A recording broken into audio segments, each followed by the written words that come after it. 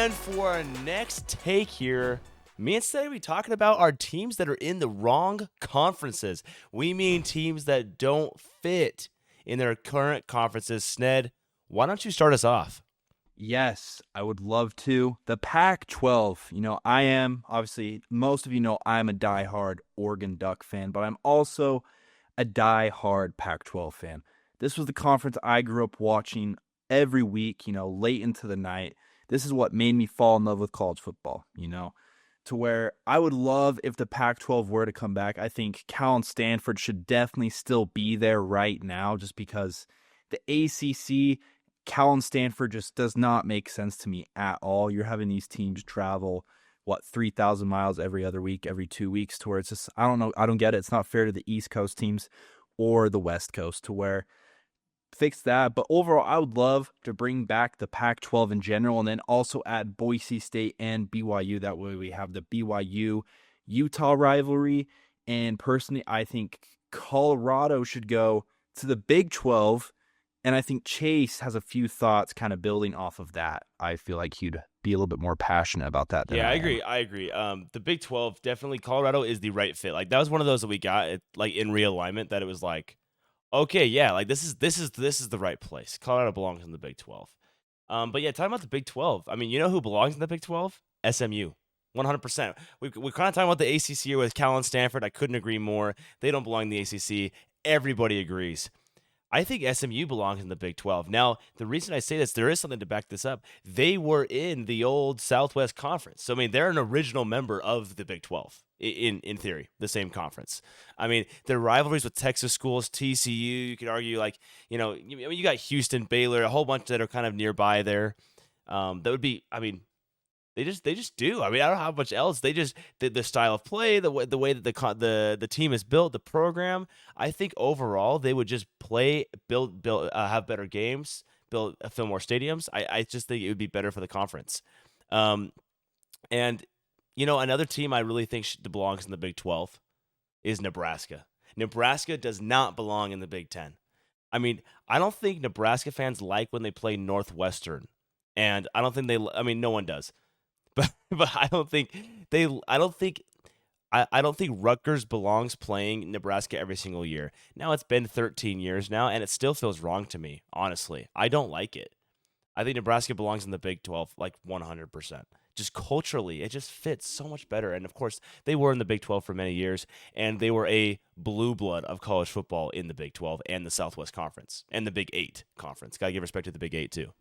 Yes, the Big Eight. And building off of Nebraska, Colorado as well. I kind of mentioned it earlier, but Colorado, Nebraska, many of you diehard fans, though, that was a huge rivalry in the original Big 12 conference. And I think another team that belongs there, but I'm kind of torn on this one. I think they belong in both the Big 12 and SEC because they've developed rivals over there, is Mizzou. Mainly for the border war, Mizzou, Kansas. I mean, Mizzou, Oklahoma is also another big rivalry, so they do have that back now that Oklahoma's back in the SEC with them, to where, there's a lot of different rivalries that we are having forming, and I'll kind of touch on that later, but I think Mizzou, just for Kansas, because that's the biggest rivalry for both of them, to where I think having Missouri, Kansas, and Nebraska, Colorado for the Big 12 would be huge. Yeah, 100%. And I think the more you look at, if you just go down the conference lists and look at the teams, you start to realize that, oh, there's something that's missing in the kind of on the East Coast, the Northeast part of the United States. Oh, like I feel like West Virginia doesn't quite belong in the Big 12. I feel like Louisville doesn't quite belong in the ACC. Yeah, I feel like Cincinnati doesn't really belong in the Big 12 either. Yeah, it's because that was called the Big East. And the Big East was so great of a conference because they were really considered a power conference. I mean, they typically had several top 15 teams, which was just insane. I mean, you had, of course, that USF year, which was really fun. But I mean, if you look back, a college football slate in October of 2006 has a top 15. This is just random. This is not a confirmed stat. I'm just saying, you look back, it has a top, a number 12 West Virginia versus a number 14 Rutgers. It was a great conference, and those teams really fit and gelled well in the Big East. regional conferences have advantages because just culturally they're the same. So generally, their laws and their legislation in terms of the conference will blend better for what those teams actually want. And it goes to political, but really, regional conferences are so important, not just because of travel times. Like, yeah, that's a big deal. But it really just feels like it's because of the way the conference is built. They need to be one.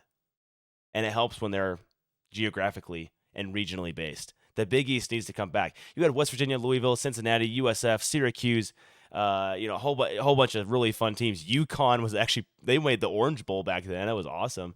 There were so many good teams in the Big East. They need to come back. Wanted to give a quick shout out to the guys over at SeatGeek for helping us out. Use our code SHOWTIMECFB for $20 off your next ticket purchase. Talking about all college football games. Going to Texas A&M, South Carolina, Texas A&M is only $60 right now. You're telling me you can get that for $40? Man, use that extra money for some popcorn or some glizzies at the game. Yes, use our code SHOWTIMECFB. Thanks, guys. I mean, don't get me wrong. I think Oregon, personally having them in the Big Ten and then BYU in the Big 12, it's brought a lot more opportunities for some of these teams, playing a high-powered matchup almost every other week now.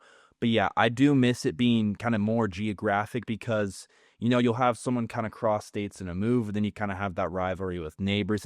I feel like it just means more when the conferences are like state to state. And that's why the SEC, I think, rivalries are so passionate, is because next state over or even like the next town over, you just can't stand that team, And now we don't even have some of that because it's just like some of the rivalries that we used to have, Oregon State, we won't even have that next year because of conference realignment. It's going to have to be a game we schedule as a home and home every year now moving forward.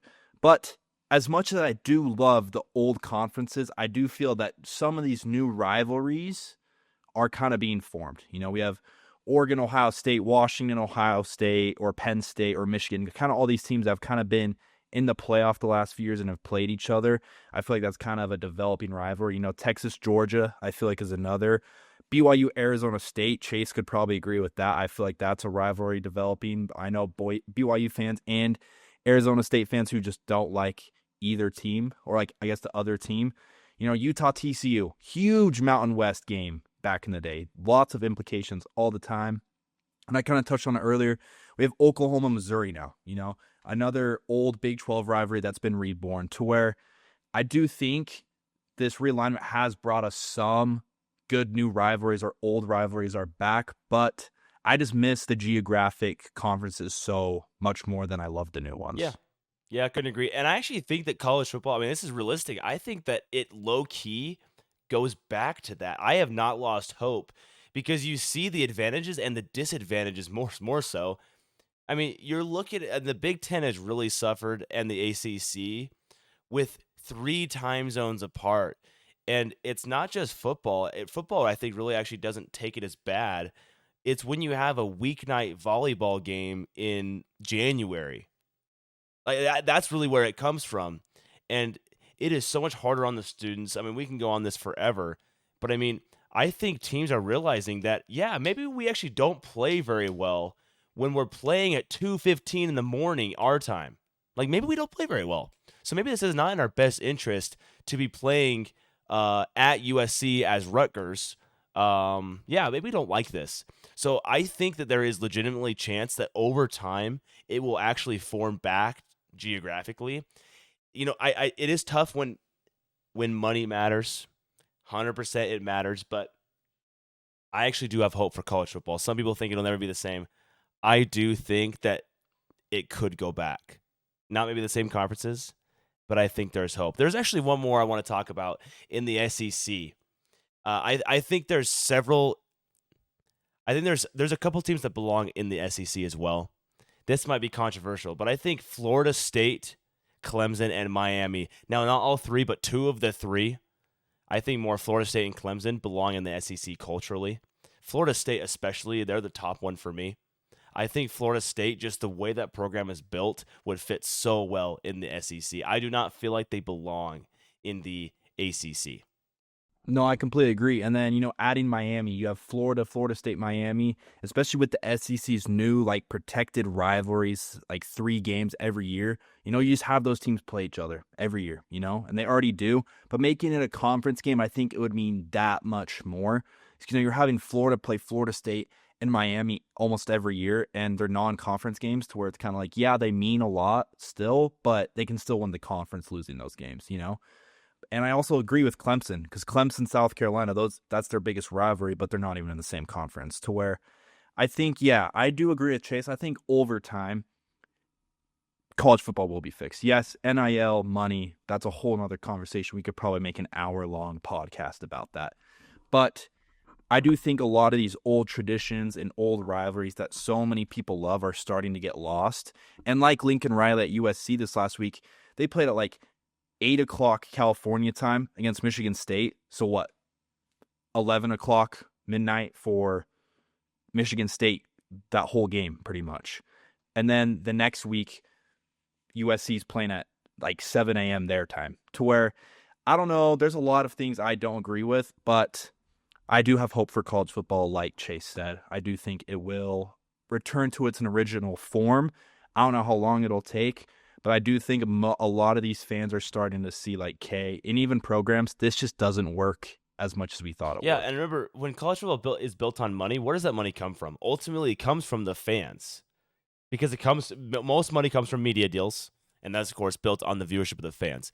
So when you think, college football is so screwed, bro, all they care about is money, it's yeah, but ultimately the money is really in the best interest of the people. And I like to take that positive point of view where it's I do think that over time, natural selection, I think that college football does go to the will of the people. And you ask 100 people, and 99 will say that they're oh yeah, geographical conferences would be dope. So that's what everyone wants. No one wants USC playing Michigan State, at literally the game is ending at 2:15 Michigan's time. It's ridiculous. Nobody wants that. Not even USC wants that. It's not a fair fight. It's dumb. Hawaii is the only team that can do that, and that's because it's Hawaii. They can do that. They can do that all they want. They get that advantage. They can play that game that starts at 5 o'clock local time, but the other team is playing midnight. It's awesome. I love it. But yeah.